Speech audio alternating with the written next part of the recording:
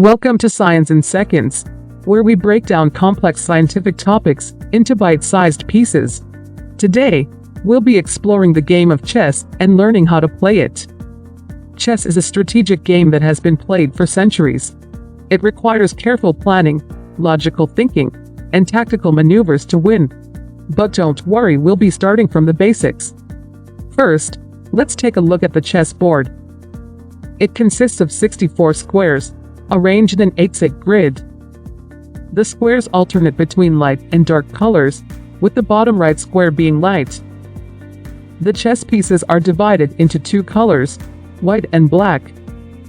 Each player starts with 16 pieces, consisting of 1 king, 1 queen, 2 rooks, 2 knights, 2 bishops, and 8 pawns. The objective of the game is to checkmate the opponent's king, which means trapping the king so that it cannot escape capture. To do this, players must move their pieces strategically to attack and defend their own pieces. Now, let's talk about how each piece moves. The king can move 1 square in any direction, while the queen can move any number of squares along a rank file, or diagonal. The rook can move any number of squares along a rank or file, while the bishop can move any number of squares diagonally. The knight moves in an L shape 2 squares in one direction, and then 1 square in a perpendicular direction.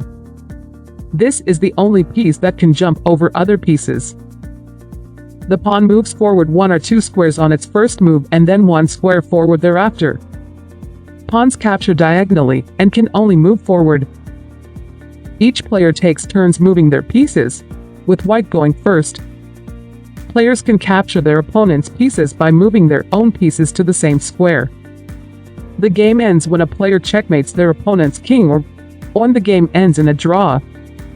To get started with playing chess, you can find a friend or family member to play with, or you can practice against a computer or mobile app. There are also many online resources for learning chess strategies and tactics. And that's it for our beginner's guide to playing chess. Remember to take your time, think strategically, and have fun. Thanks for watching Science in Seconds, and don't forget to subscribe for more science content.